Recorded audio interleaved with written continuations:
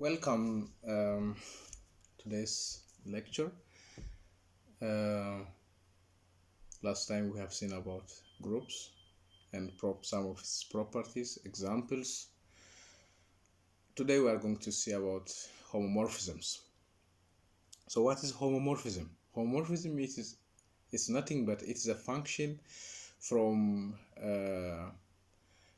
between two sets satisfying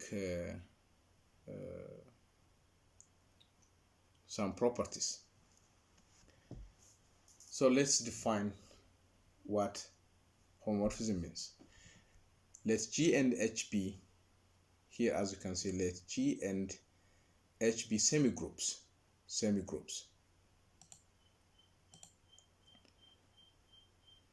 A function f from G to H is a homomorphism provided if f of a b is equal to f of a is equal to times f of b.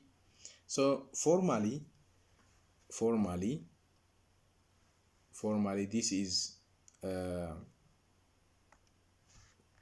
this is nothing but our operation may be G with star, okay, and H is maybe with delta. So we have this f from here. So f of a star b is equal to f of a delta f of b. So if this condition is satisfied, we call f is homomorphism. If G and H are groups, we call group homomorphism. Now, if our f is homomorphism plus, if this f is injective, then we call it monomorphism. F is homomorphism and f is surjective, we call it epimorphism. F is homomorphism, again f is bijective, we call it isomorphism. In this case we call G and H are said to be isomorphic, then written in this form. And f is homomorphism from G to G instead of from G to H, from G to itself, is called endomorphism. An isomorphism, f from G to itself, is called automorphism.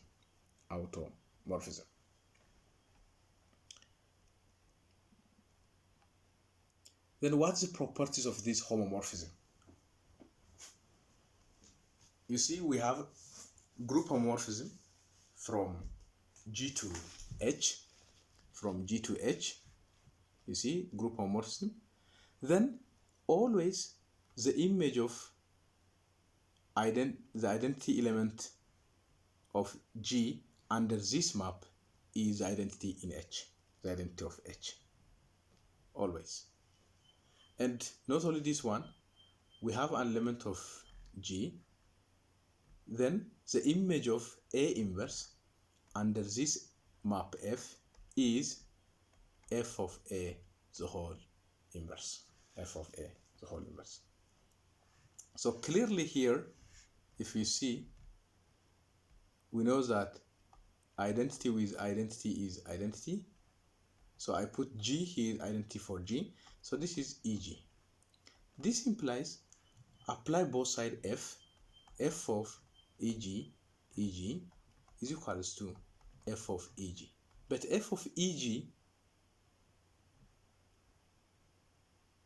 with identity in H is again f of EG. But this f of EG is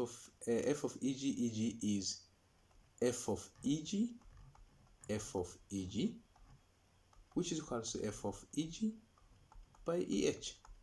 So you see, this and this cancelled, then we get f of EG is equal to f of EH, which is exactly the same as here. So you only have to cancel by left cancellation rule this and this one. So you obtain this.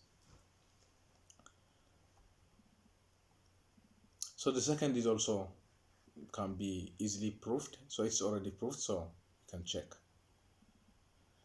Example,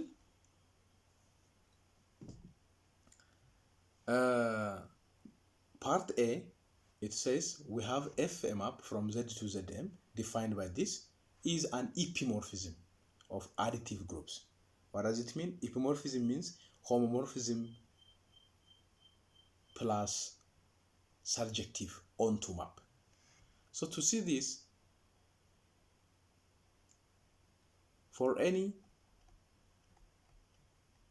xy element of Z, f of x plus y is equals to, by definition, x plus y is a whole bar. So this is by property we know x bar plus y bar.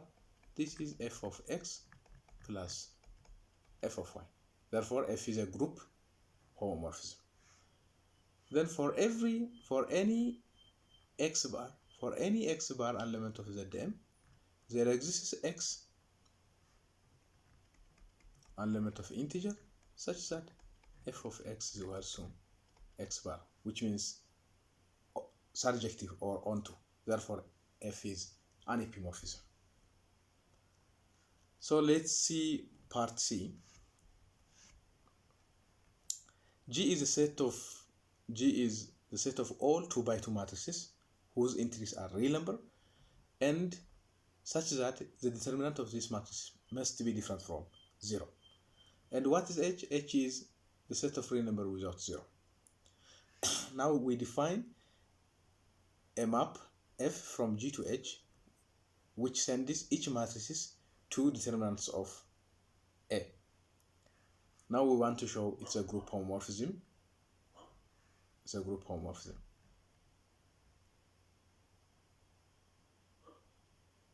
So this is f of A, B.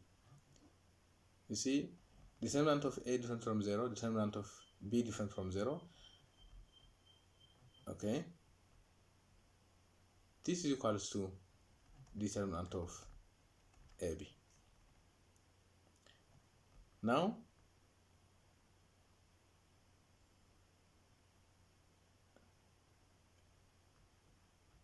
this is by property determinant of A, determinant of B. Now the question is, okay, determinant of A is different from 0. This is again different from 0. Then the product is also different from 0. So this is f of A, f of B. It's a group homomorphism. So the next one is when we have a group homomorphism, then we have to think of about the kernel and image of this one. So the kernel is defined as like here. The kernel is defined like this. Okay. And for any subset A of G, f of A is, the image of A under this map is defined like this. And if instead of A, if we put G, f of G is the image of F and denoted by like this. If B is a subset of H, F inverse of B is defined like this, which is the inverse image of B. The inverse image of B. Now we have the following properties. Let G up to G to H is group homomorphism. Then one says F is monomorphism if and only if kernel of F is equals to EG. Kernel of F is equals to EG. And second one, F is an isomorphism if and only if there is a homomorphism from F inverse H to G, such that F inverse is equals to 1H and F inverse F is equals to 1G. So to prove, I'm going to show you only the first part, then the second part is also already proved. So let me show you the first one. So here, what is given here is in 1. Okay, it's already proved here. I'm going to explain to you. So the first part, so we have suppose F is monomorphism. So we want to show that kernel of F is equal to AG. AG. So let A an element of kernel of F, then F of A is equal to EH. But EH is the same as F of EG. So since F is monomorphism, A is equals to EG. A is equals to EG. This implies kernel of F is contain only the identity in G.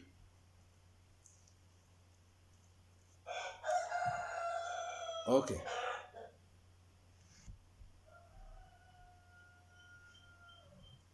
So the second one is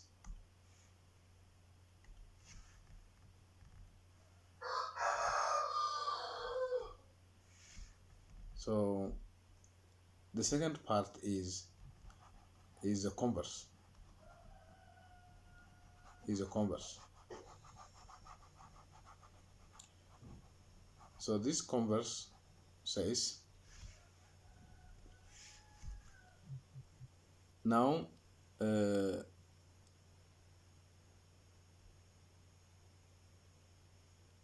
suppose kernel of F is equals to identity, then we want to show F is a monomorphism. For this, let F of A is equals to F of B. Here already, okay.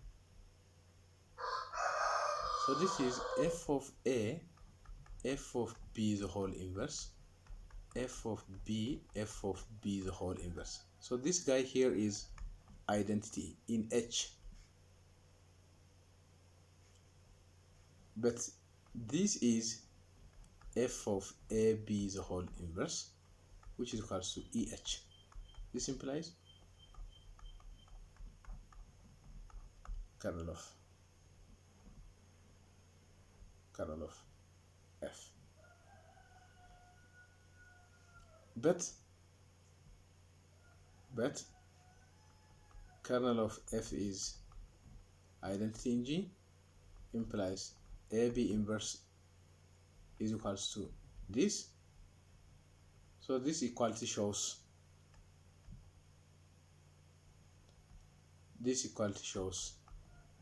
A is equals to B. A is equals to B.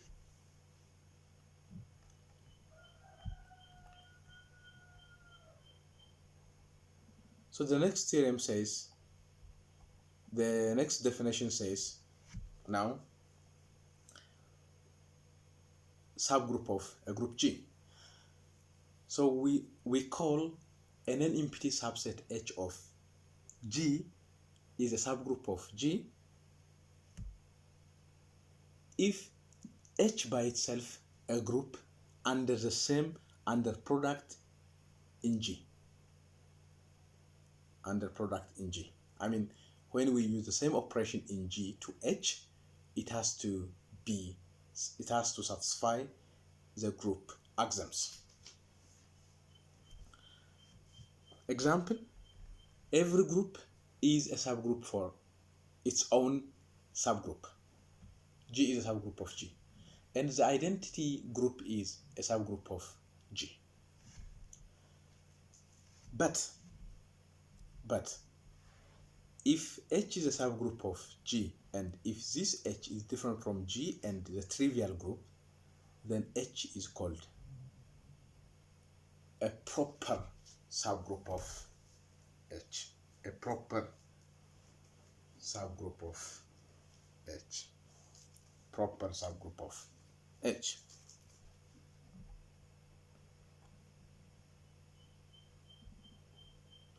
Example here,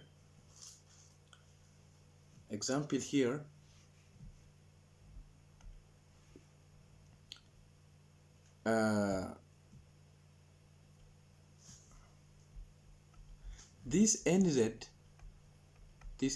here, nx by x an element of Z. Now to show this NZ is a subgroup of Z, we have to show that NZ with plus is a group. We have to show a group. And this is a subgroup under this addition, where in this case Z6 is 0, 1, 2, 3, 4, 5. Here 2 plus 4 is equal to 0 in Z6. 2 plus 4 is 0 in Z6. Because 2 plus 2 is 6. 6 divided by 6, remainder is 0. Okay? So the same, you can see that the kernel is a subgroup. This image is a subgroup of this H. Okay? And so on. Now this is very important. This is very important theorem. Very important theorem. Why? It says H is an n-empty subset of a group G. Then H is a subgroup of G if and only if this. So previously, for H to be a subgroup of G, we have to show that H star is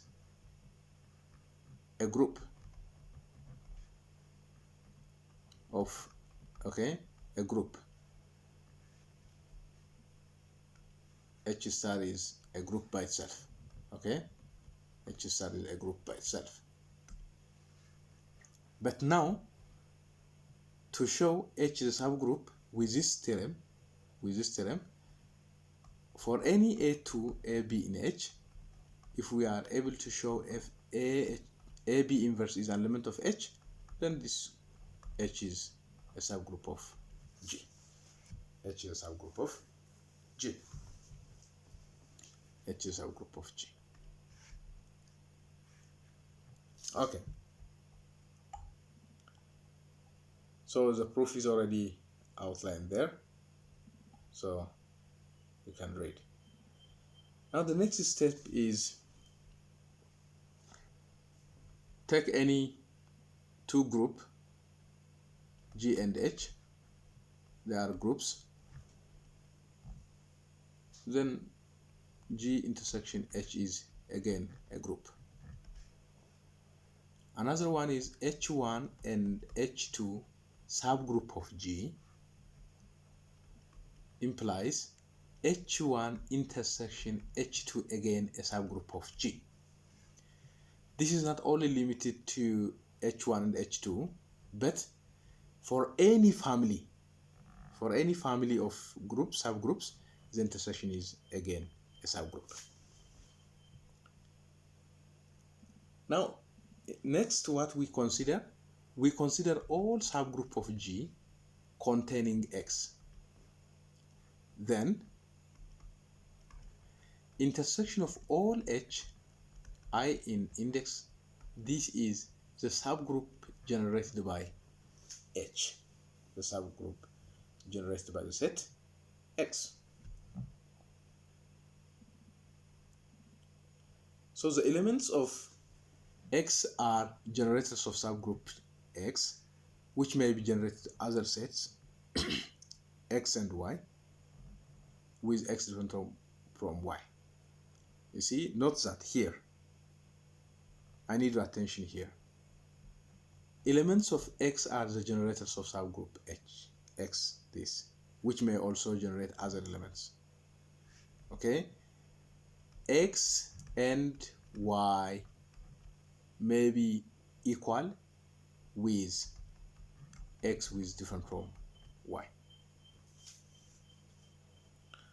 So if our X is finite like this, then we write like this, the group generated by A1 up to AN in place of X. So what is the cyclic group?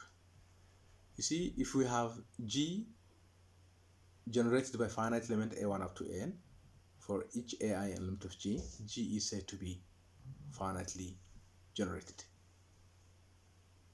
If A element of G, the subgroup this is called cyclic group. We call it cyclic group generated by A. So a cyclic group it's a group which generated by a single element. A single element.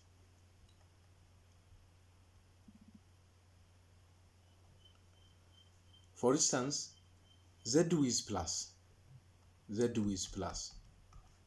is generated by 1, which is the same as by this.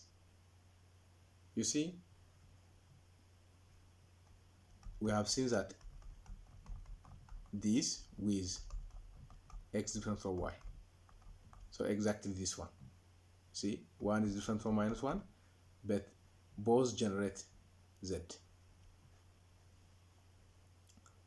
The trivial group, this, of any group is cyclic. You see, Z is generated by only one element, by 1 or by -1, so Z is cyclic group. The trivial group E is any group is cyclic because it's generated by a single element. Multiplicative subgroup this is generated by one element, so it is cyclic. For each M in additive group Zm is cyclic of order M with generator 1. So Zm is also with this is generated by 1. So these are all examples of cyclic group. Cyclic group means a group which generated by exactly one element.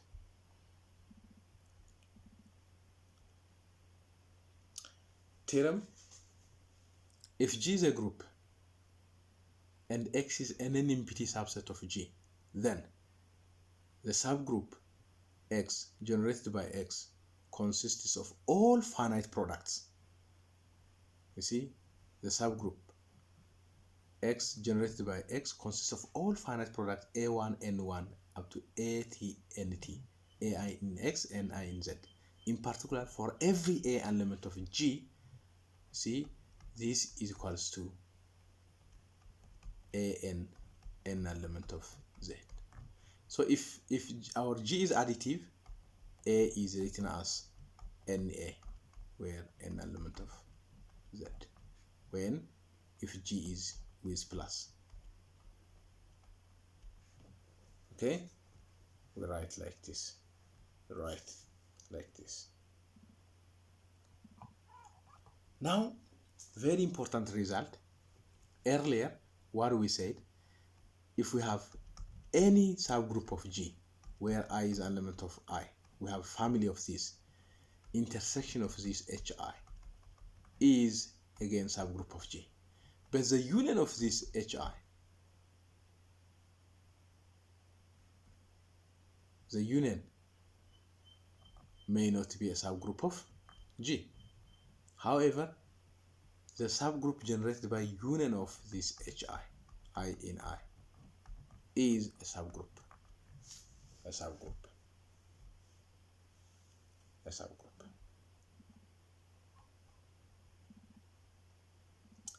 Now, if H and K are subgroup, the subgroup this generated by union of H and K, we call it a join of H and K and denoted by this one. So HVK is the subgroup generated by H union K. If it is additive, we write this H plus K as a notation. So I will finish today's class here. I hope you liked this lecture. Next time I will come up with a new section. Let me take this opportunity to wish you a very happy new year. See you next time. Bye.